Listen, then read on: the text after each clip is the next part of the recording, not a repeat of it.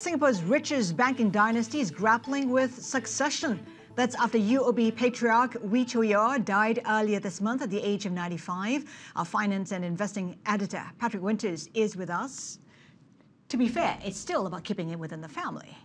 Absolutely, absolutely, it is. I mean, this is one of Singapore's richest families, and the patriarch who passed away earlier this month, Wee Cho Yaw, has really built the bank, UOB, over 50 years, in many ways paralleling Singapore's growth as a financial hub.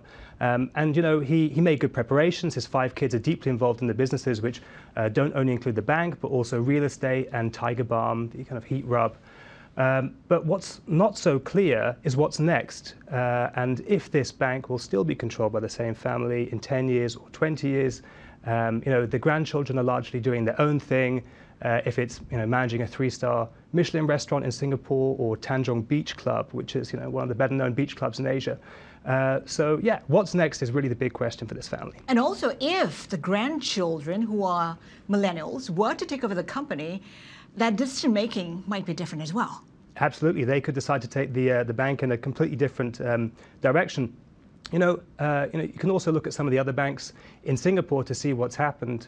OCBC, you know, is still kind of owned by one of the key families, but they're no longer in management. So it would be interesting to see if the grandchildren, the millennials of UOB, decide to be on the management, or if they decide to take a step back and do things a little differently. But you got to wonder how investors are looking at it and how they go about doing their business. Right. I mean, there's not much being said so far, at least in public. I'm sure there are questions being asked.